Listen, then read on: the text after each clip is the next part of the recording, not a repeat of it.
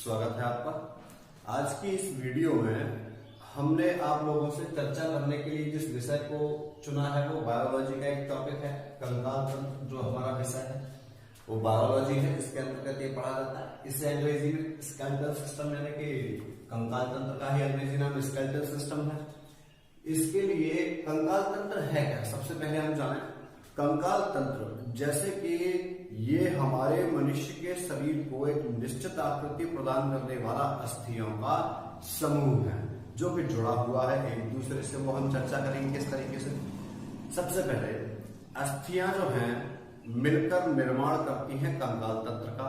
और अस्थियों में मुख्यतः क्या होता है, अस्थियों का स्वयं का निर्माण कैसे होता है। तो अस्थियों के निर्माण में दो प्रकार की कोशिकाएं भाग लेती हैं। एक तो होती है ओस्टियोब्लास्ट और एक होती है ओस्टियोक्लास्ट। मैं दोहराऊंगा एक बार फिर। एक तो ओस्टियोब्लास्ट कोशिका हमारी योगदान निभाती है, दूसरी हमारी होती है वो कोशिका है ओस्टियोब्लास्ट। इन दो कोशिकाओं से मिलकर अस्थियों का निर्माण होता है और कई सारी अस्थियां मिलकर एक कंकाल तंत्र का निर्माण करती हैं जो किसी भी जीव को, न कि मनुष्य को, सभी जीवों का अपना कंकाल तंत्र होता है। तो सभी जीवों की जो आकृति है निश्चित, वो उनके कंकाल तंत्र की वजह से भी है। कई लोगों का जो कंकाल तंत्र है वो अचल होता है, यानी कि उसमें जो उनके लिए है उनकी आकृति निश्चित नहीं होती कुछ जीवों की, तो वो उनका कंकाल तंत्र का स्थायी कंकाल तंत्र में आता है, जो मैं अगली वीडियो में चर्चा करूंगा। सबसे पहले हम जाने कंकाल तंत्र में अस्थियों का। हमने देखा कि भाई निर्माण दो प्रकार की कोशिकाओं से होता है, लेकिन उसमें तत्व कौन कौन से होते हैं जिनसे वो बनती है। तो अस्थियों में मुख्यतः दो तत्व होते हैं जिनसे वे बनती है। इसमें पहला जो हमारा तत्व है वो है हमारा जो खनिज जिन्हें कहेंगे, जैसे कि हमारा कैल्शियम, जिसे यहाँ पे लिखा है। 62% तो खनिज होते हैं, इन्हें लवण कह सकते हैं। और 38% कोशिन प्रोटीन होता है अस्थियों के निर्माण में। अस्थियों में लवण क्या होते हैं, ये कैल्शियम को इंगित करता है, ये फास्फोरस को इंगित करता है और ये कार्बोनेट को। तो कैल्शियम, फास्फोरस और कार्बोनेट, ये हमारे जो तीनों हैं कैल्शियम, फास्फोरस, कार्बोनेट, वो लवण है। और 38% इसमें होता है प्रोटीन। तो ये हुआ अस्थियों का संगठन किससे हुआ भाई, जो तत्व है। फिर अस्थियों की संख्या से तो प्रश्न बनता है, तो इसमें आंसर दो बनते हैं। कभी कभी विद्यार्थी भ्रमित होते हैं इसमें। सबसे पहले जो हमारा अगर प्रश्न पूछा जाए अस्थियों की संख्या को लेकर, उसमें शब्द जुड़ा है शिशुओं में, यानी पूछा जाए शिशुओं में अस्थियों की संख्या, तो हमारा उत्तर होगा 300। या जन्म के समय अस्थियों की संख्या, तो आंसर 300। परंतु वह वयस्कों में अस्थि कहे तो फिर हमारा आंसर होगा 206। चलिए, तो ये हमारी अस्थियों की संख्या की बात हुई। अब कंकाल तंत्र मुख्यतः इसमें कौन कौन से नाम है, कौन कौन से इसके भाग हैं, हम जानते हैं इन सभी अंगों के बारे में जो हमारे कंकाल तंत्र को एक निश्चित आकृति और एक पूरा टॉपिक बना के तैयार करता है। सबसे पहले कंकाल तंत्र के दो भाग किए गए हैं। एक अक्षीय कंकाल तंत्र है, दूसरा उपांगीय कंकाल तंत्र। यहाँ कोष्ठक में इन अस्थियों की संख्या लिखी हुई है। अक्षीय कंकाल तंत्र में अस्थियों की संख्या है 80 और उपांगीय कंकाल तंत्र में अस्थियां हैं 126, यानी कि 126।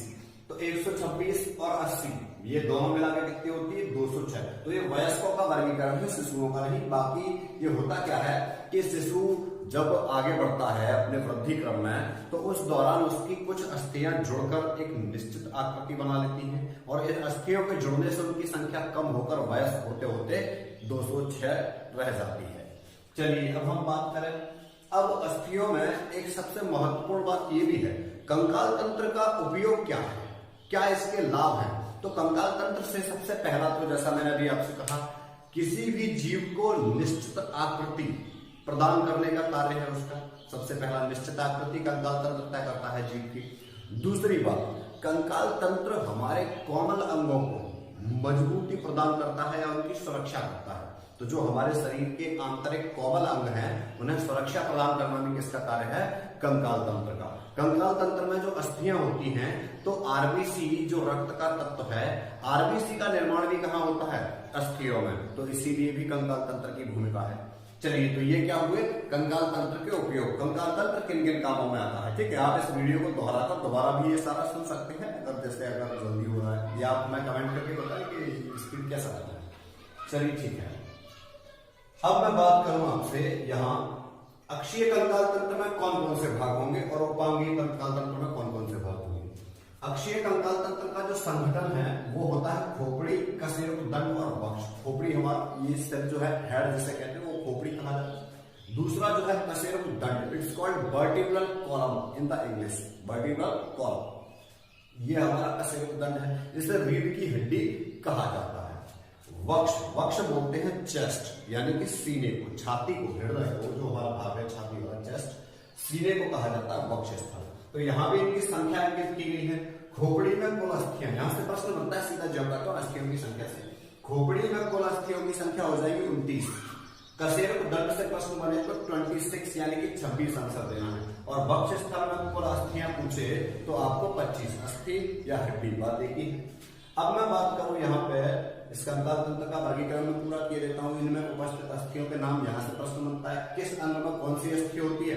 परीक्षा में मुख्यतः जहां से प्रश्न बनता है इस टॉपिक से वो क्या है, सबसे पहला तो अस्थियों की संख्या, तो ये महत्वपूर्ण है, वो आप याद रखें, ये मैंने डायग्राम में किया। दूसरा, किस अंग पर, किस स्थान पर कौन सी अस्थि पाई जाती है, तो हम अंगों और उनकी अस्थियों, उन पर पाई जाने वाली अस्थियों सबका हम इसमें स्पष्टीकरण करेंगे।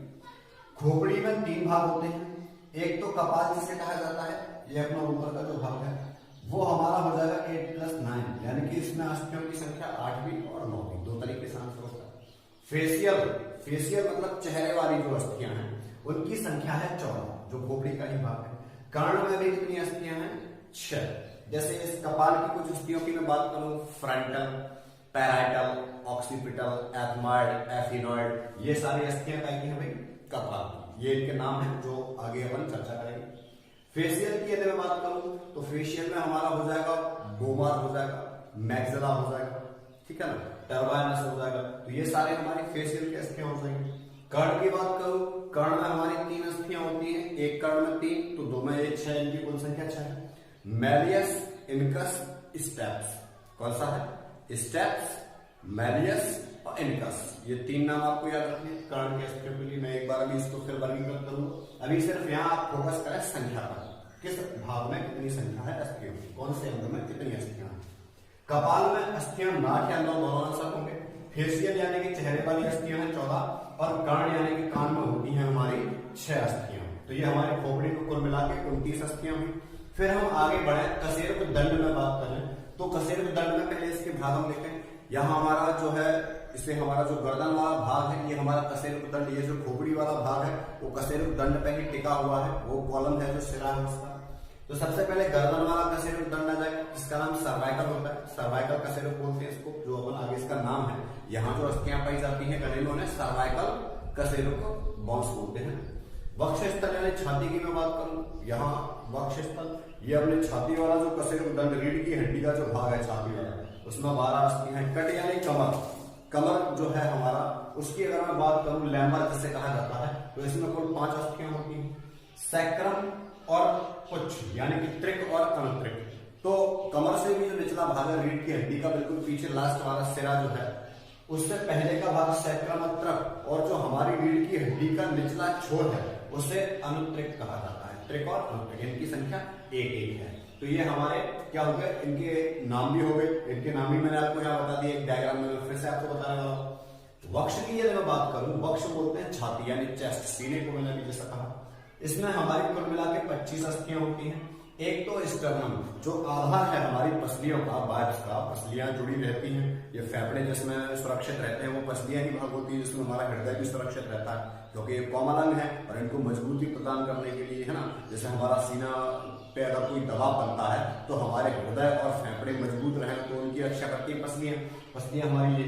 तो पसलियों को जोड़ने वाला जो आधार है उसे स्टर्नम या हिंदी में ओरोस्थी कहा जाता है, स्टर्नम या ओरोस्थी। और जो पसलियां हैं उनको अंग्रेजी में बाइब्स कहा जाता है, जिनकी संख्या 24 है, 12 इधर और 12 इधर, 24 और एक हमारा स्टर्नम हो गया, ओरोस्थी हो गया, तो कुल मिला के 25 हो गया। तो ये हमारी बात थी अक्षीय कंकाल तंत्र की। अक्षीय कंकाल तंत्र में हमने देखा कुल मिला के ये अस्थियों की संख्या कितनी होगी, 80, ठीक है। इसमें कपाल, फेशियल, कर्ण, ये सारा स्पष्टीकरण के नाम भी मैंने आपको बताया और मैं भी एक बार फिर चर्चा करूंगा।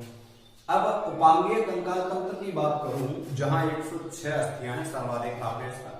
तो इसमें मुख्य 2 प्रकार की अस्थियां हैं, एक तो पाद अस्थियां जिन्हें कहते हैं, दूसरी हमारी मेखलाएं जिन्हें कहते हैं। पाद अस्थियां कुल 120 120 हैं और मेखलाएं हैं 6। 120 हमारी यहाँ पे पाद अस्थियों की संख्या है और जो मेखलाएं हैं वो है हमारी 6। पाद अस्थियां यहाँ दो प्रकार की हैं, एक तो अग्रपाद और पश्चपाद। जैसा कि आप देख पा रहे हैं यहाँ पे कौन सी है हमारी दो प्रकार की हैं, एक तो ये हो गया अग्रपाद और दूसरा पश्चपाद। ये पाद अस्थियां हमारी होगी। मेखलाओं की यदि मैं बात करूं तो मेखलाएं हमारी अंश मेखला, श्रेणी मेखला, ये हमारी दो होती हैं, ठीक है ना, इनकी अपन बात करेंगे। तो अभी अपन चर्चा करते हैं इन पर जो अस्थियां हैं। अब अग्रपाद में कौन कौन से भाग हैं, तो अग्रपाद यानी कि जो ऊपरी हाथ वाला भाग उसे अग्रपाद कहा जाता है और पश्चपाद यानी कि पैर वाला जो भाग है कमर से नीचे का उसे पश्चपाद कहा जाता है। और इन दोनों को जोड़ने वाली, अग्रपाद को जोड़ने वाली अंश मेखला होती है। यहाँ जो जॉइंट्स होते हैं जो हाथ को जोड़े रखते हैं गति के लिए, वो हमारी अंश मेखला होती है। और जहां से पैरों का भाग जुड़ता है वो हमारी श्रोणी मेखला होती है। तो श्रेणी मेखला में पैरों वाला या पश्चपाद वाला भाग आएगा और अंश मेखला में आएगा अग्रपाद वाला भाग। अग्रपाद में ऊपरी बाहु वाली ये अस्थि जो है हमारी यहाँ से यहाँ तक की, इसे ऊपरी बाहु कहेंगे, ये है ह्यूमरस, इसका नाम है ह्यूमरस। फिर रेडियस अलाना हमारी हो जाएगी, मैं इसको और डिटेल में भी आपको बताऊंगा, अभी थोड़ा आप सुना। ये हमारा जो कलाई वाला है जो भाग, जैसे ऊपरी बाहु हो गई, इसे अग्रबाहु कहा जाता है। यहाँ दो होंगी, रेडियस और अलाना। फिर बात करूं हथेली की, तो हथेली में ये हमारा आगे यहाँ पर हो जाएंगे 5। कलाई वाली भी आती है, तो ये कलाई वाली जो है हमारी, उनकी संख्या है 16। और जो हथेली वाली है, जो उंगलियों के लिए जो अस्थियां हैं वो 5 है, 5 हमारी उंगलियां होती हैं। और फिर अंगुलियों की अस्थियों की बात करें जिन्हें फैलेंस कहा जाता है, ये हमारा कलाई वाला जो है वो कार्पल्स होता है, हथेली वाला मेटाकार्पल्स होता है। अग्रबाहु में रेडियस अलाना होगी, तो ऊपरी बाहु में एक होती है ह्यूमरस। और अंगुलियों की संख्या है 28। ये हमारी 28 क्या होती है, उंगलियां होती है हमारे हाथ में। ये 3-3 प्रत्येक में ज्वाइंट होते हैं, तो ये हमारा 3 चौके 12 ये हुआ, और 2 अंगूठे में ज्वाइंट, तो एक हाथ में 14 और 2 हाथों में मिलाकर कुल 28 होती है अंगुलियों में अस्थियों की संख्या ज्वाइंट्स के अकॉर्डिंग। तो ये हमारा हुआ। फिर बात करूंगा पश्चपाद की, तो पश्चपाद में सबसे पहले हमारे जांघ की आएगी। तो जांघ की अस्थि सबसे बड़ी भी है, जैसे कि कान की अस्थि के बारे में फैक्ट है कि जो स्टेप्स नाम की कान की हमारी अस्थि है वो हमारी क्या है, जैसे हम इसमें भाग आ जाएगा कर्ण वाला, ये है मैलियस स्टेप्स। तो स्टेप्स जो कान में पाई जाने वाली अस्थि है वो शरीर की सबसे छोटी अस्थि है, और शरीर की सबसे बड़ी अस्थि पाई जाती है जांघ में, जो हमारा पश्चपाद का भाग है, उसका नाम है फीमर, या कई बुकों में थीमर भी मिलता है। तो ये आप विभागास्पद है, आप देखिएगा थीमर और फीमर दोनों नाम आप सुन लें ताकि आपको कंफ्यूजन हो। फिर हम बात करें घुटने की, तो इसके जांघ के बाद घुटना आता है, वहां जो अस्थि है उसका जो अपन कटोरी नुमा जो भाग है उससे अपन कहते हैं बाउल जैसा, वो है हमारा पटेला। उसे क्या कहा जाता है, पटेला कहा जाता है। जो हमारे पैर के घुटने की अस्थि है उसे पटेला कहा जाता है। घुटने के बाद करूं बात पिंडली की। पिंडली यहाँ जैसे हमारे हाथ में अग्रबाहु होती है, ठीक वैसे ही पैर का जो निचला भाग है घुटने से लेकर पंजे तक का, उसे कहा जाता है पिंडली, जिसमें 2 होती है हमारी। एक तो अस्थि आपकी यहाँ पे जैसे जिस प्रकार हाथ में रेडियस और अलाना थी, ठीक वैसे ही हमारी ये जो पिंडली वाला भाग है इसमें भी 2 जुड़वा अस्थियां होती है। यहाँ भी हमारी 2 अस्थियां होती हैं और यहाँ भी हमारी 2 अस्थियां होती है, ठीक है ना। इसमें जैसे कि हमारा इसमें ये पटेला हो गया, टार्सल्स, मेटाटार्सल्स, है ना। पटेला, ये यहां से मैं शुरू करूं, फीमर या थीमर, घुटना हमारा हो जाएगा, इसमें पटेला हो जाएगा।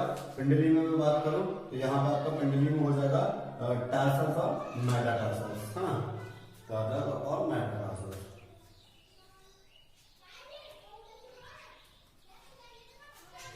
तो मैं बात करूं जांघ की अस्थियों के बारे में या घुटने की अस्थियों के बारे में, तो इनके नाम हम सुनेंगे। जांघ में है आपकी फीमर या थीमर। फिर मैं घुटने की बात करूं तो घुटने में आ जाएगी आपकी फीमर, जो आपका पटेला है वो।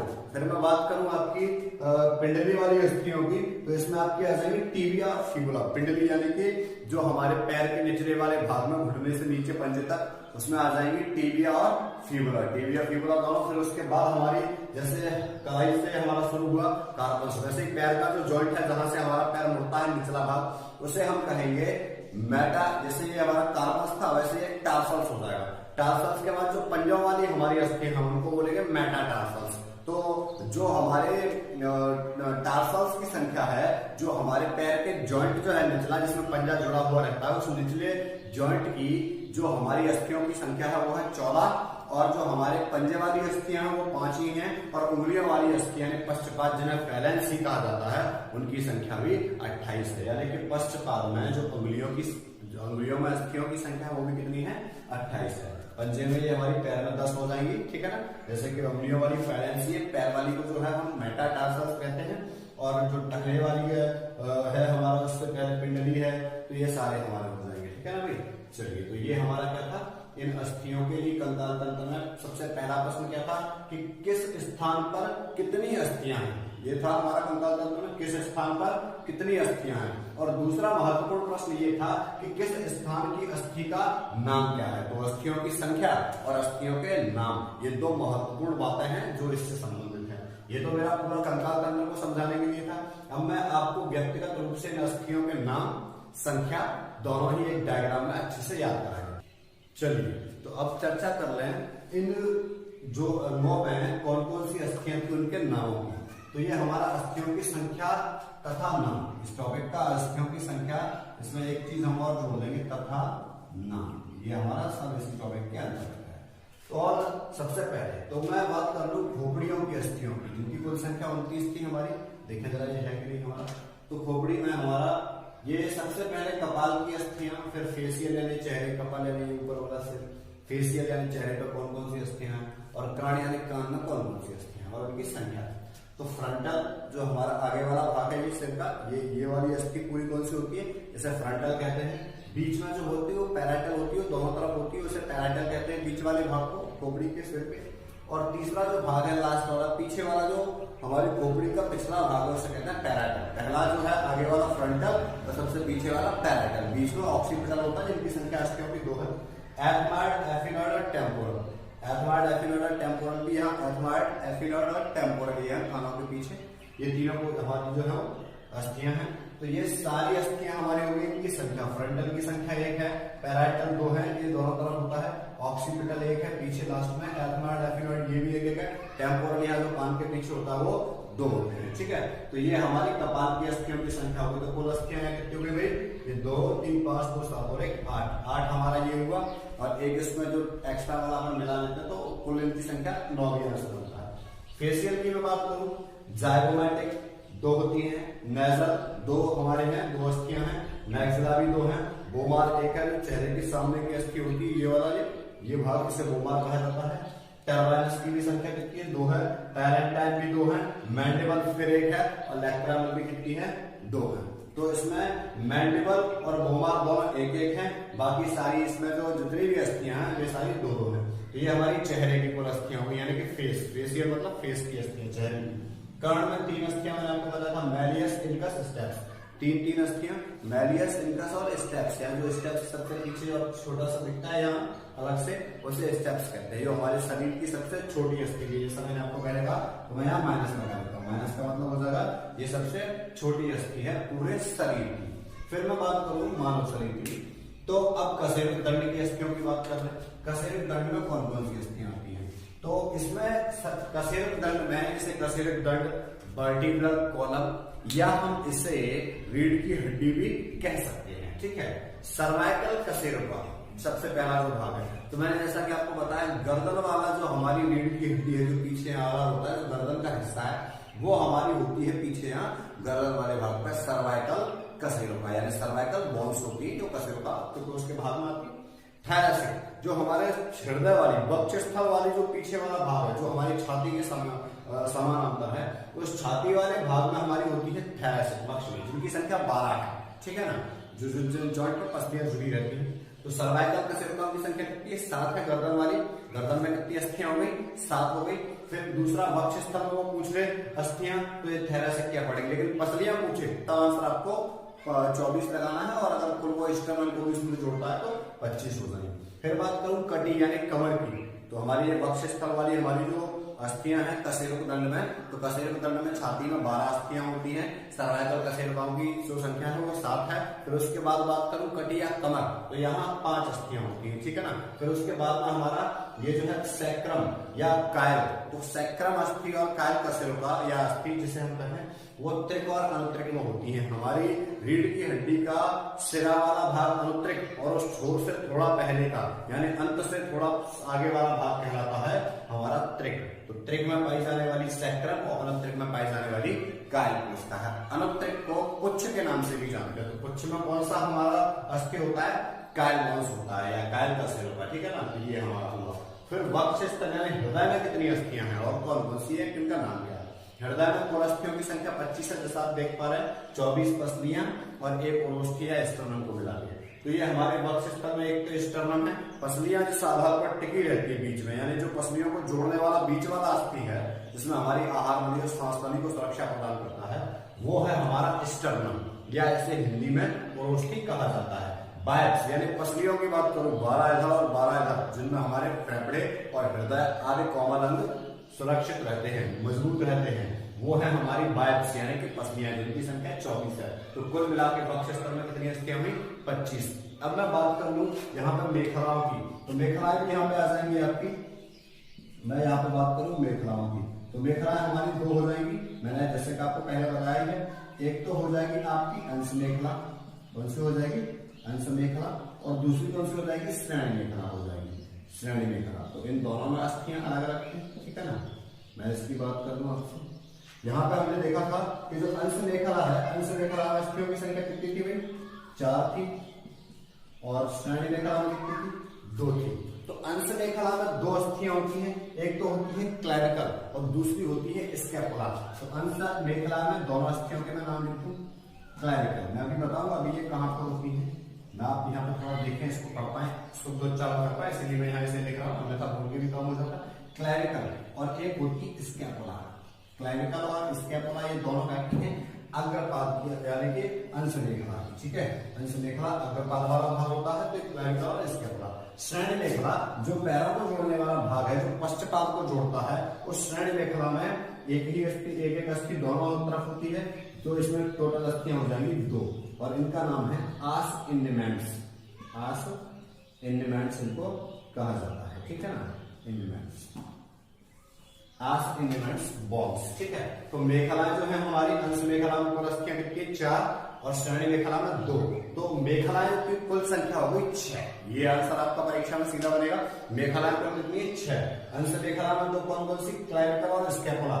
2 क्लैविकल होती हैं, 2 स्कैपुला। मैं आपको बताऊं, आपके कंधे में जो सामने छाती में ऊपर दिखने वाला जो भाग है, उसे हम कहते हैं क्लैविकल। क्लैविकल जो एक चाप के जैसा होता है, एक सीधा, और जो यहां से तिरछा एक भाग त्रिकोण जैसा ट्रायंगल वाला जिससे हमारा हाथ जुड़ा रहता है, उसे हम बोलते हैं स्कैपुला। ठीक है, वैसे ही पैरों के भाग को जोड़ने वाला जो हमारा वाला भाग है, वो जो कमर में है, उसे हम कहेंगे आस इंडिमेंट्स, जिनकी संख्या 2 होती है, एक इस तरफ एक इस तरफ, और क्लैविकल 2, स्कैपुला 2, तो अग्रपाद में अस्थियां 4। ये हमारा मेखला है, ये हमारा अग्रपाद से पहले वाला। चलिए ठीक है। अब इसके अलावा मैं बात कर लूं, मेखलाओं के अलावा ये तो हमारी सारी अस्थियां किसकी थी, अक्षीय कंकाल तंत्र की थी। जैसा कि अभी आपने पहले वाली वीडियो में इससे पहले ही हमने जाना है कि क्लैविकल जो है और जो हमारी खोपड़ियां हैं, फैसियल कॉर्ड, ये सब, तो ये अस्थियां सारी कसे दंड तक, ये सब काय में आती हैं, अक्षीय कंकाल तंत्र में। अब हम बात करेंगे मेखला की बात जब हमने की है, तो इसके साथ हमें बात करना पड़ेगा जो कोशिकाएं मेखलाओं के अलावा हैं, जो हमारे उरोस्थी कंकाल तंत्र का भाग है, उसमें या उपकंकाल तंत्र का भाग है, उपांगीय कंकाल तंत्र का भाग है, एक बात है। तो इनमें हमने मेखलाओं के अलावा जो पढ़ना है वो है पाद, अग्रपाद और पश्चपाद, क्योंकि अधिकाधिक जो अस्थियां होती हैं वो तो हमारी अग्रपाद और पश्चपाद में ही होती हैं, ठीक है ना। तो हम जानेंगे अग्रपाद और पश्चपाद में अस्थियां, उनके नाम और उनकी संख्या। चलिए देखते हैं, जरा शुरू करते हैं। मैं मिटाऊंगा यहां से, मुझे आवश्यकता पड़ेगी इसकी। चलिए बस हमारा इसमें काम हो जाएगा, तो मैं इसको बना रहे दूंगा। अभी देखते हैं, एक तो कौन सी अस्थियां, अग्रपाद वाली, ठीक है ना। दूसरी जो अस्थियां हैं वो कौन सी हैं, पश्चपाद वाली, जैसे कि हमारी जांघ में कौन सी है, घुटने में कौन सी है ना, ये हमारा सारा हो जाएगा। फिर मैं बात करूं अग्रपाद में अस्थि की, तो अग्रपाद में जो ऊपरी बाहु है, जिसमें हमने जाना था इससे पहले वाले डायग्राम में, अग्रपाद ऊपरी बाहु वाली जो अस्थि है उसे हम कहते हैं, इसको 2 प्रकार से लिख सकते हैं, ह्यूमरस, ठीक है, ह्यूमरस है। फिर उसके बाद जो हमारे अग्रबाहु वाला भाग है, वो अग्र वाले बाहु भाग में 2 होती हैं, एक तो है हमारी रेडियस, एक है अल्ना, रेडियस एंड अल्ना, ठीक है। ये हमारी ऊपरी बाहु वाली होगी। फिर मैं इसके बाद बात करूं तो हमारी ह्यूमरस की संख्या कितनी है? ह्यूमरस एक होती है, रेडियस हमारी एक है और एक हमारी अल्ना है, तो दो इस तरफ और दो इस तरफ, तो रेडियस भी दो और अल्ना भी दो, तो इनकी कुल संख्या कितनी होगी? अग्रबाहु में कितनी अस्थियां हो जाएगी? 4। पूछे वो ऊपरी बाहु या ह्यूमरस की संख्या, तो हम बताएंगे 2, एक इधर और एक इधर, और जो हमारा तो ये ह्यूमरस एक और एक कितना हो जाएगा? 2 हो जाएगा दोनों हाथों में, और रेडियस और अल्ना 2 यहाँ है, रेडियस और अल्ना, रेडियस और अल्ना, तो ये इनकी कुल संख्या 4। तो वो कहते हैं कि अग्रबाहु वाली अस्थि या रेडियस की संख्या तो 2 और अल्ना की संख्या तो 2। अब मैं इसके बाद बात करूं हमारी कलाई वाली बोन्स की, तो कलाई वाली जो बोन्स हैं उन्हें कहा जाता है कार्पल्स। उन्हें क्या कहते हैं? कार्पल्स कहते हैं, जिनकी जो संख्या है वो है 16। कार्पल्स हमारी कलाई की अस्थियों को कहा जाता है, या कार्पल्स में अस्थियों की संख्या, तब भी आंसर क्या होगा? 16। फिर उसके बाद जो हमारे पंजे में अस्थियां होती है, सिर्फ यहाँ तक उंगलियों से पहले, पंजे में कलाई के बाद और उंगलियों से पहले जो पंजे की अस्थियां हैं उनको हम कहते हैं मेटाकार्पल्स। उनका क्या नाम है? मेटाकार्पल्स, जिनकी संख्या होती है 5। और सबसे अंत में मैं बात करूं हमारे हाथ के, बाहु के अग्रभाग की, उंगलियों की, तो उंगलियों की जो संख्या है हमारे पास वो है 28। यानी कुल हमारे पास कितनी उंगलियों में अस्थियां होती हैं? 28। तो उंगलियों में अस्थियों की संख्या 28 हो जाएगा। ठीक है, जिनका नाम जो है ये उंगलियों की अस्थियां हैं, तो इनके नाम की बात करूं तो इनका नाम है फैलेंस। क्या है इनका नाम? फैलेंस इनको कहा जाता है। फैलेंस उंगलियों की नाम है और इनकी संख्या है 28 उंगलियों की अस्थियों का। अब बात करूं पश्चपाद की, तो पश्चपाद में सबसे पहले तो आ जाएगी फीमर या थीमर, जैसा कि मैंने कहा था। फीमर सबसे बड़ी अस्थि है जो जांघ वाली है, जांघ की अस्थि। पश्चपाद में हमारा पैरों वाला भाग आएगा, तो पश्चपाद में सबसे पहले जो जांघ वाली अस्थि है, जो सबसे बड़ी अस्थि है शरीर की, उसका नाम है फीमर। तो दोनों पैरों में एक एक, तो ये 2 इनकी संख्या होगी। फिर मैं बात करूं फीमर के अलावा जो हमारा सबसे पहले जो घुटने वाली अस्थि आएगी, तो घुटने वाली अस्थि आ जाएगी इसमें पटेला। पटेला आ जाएगी, पटेला भी कितना? दोनों पैरों में एक एक, तो 2 इनकी संख्या बनेगी। उसके बाद में बात करूं तो जैसे हमारे पास ये जो रेडियस और अल्ना है हमारे 2 अस्थियां, ठीक वैसे ही जो हमारे पश्चपाद वाला भाग है, जो पश्चपाद वाला भाग है उसमें जैसे कि 2 अस्थियां आपकी मिलेंगी, टिबिया और फिबुला, उससे मिलती जुलती। जैसे रेडियस और अल्ना अग्रबाहु में है, ठीक वैसे ही पश्चबाहु में अपनी कौन सी हो जाएंगी? जो हमारी है वो कौन सी? टिबिया और फिबुला। तो ये हमारी टिबिया और फिबुला, घुटने से निचले वाला जो भाग है, जो हमारा घुटने से निचले वाला भाग है, उसमें 2 अस्थियां होती हैं, जिनमें एक का नाम टिबिया और दूसरी का फिबुला। दोनों पैरों में एक एक, तो इनकी भी संख्या 2, यानी ये हमारा 4 संख्या इनकी कुल बनी।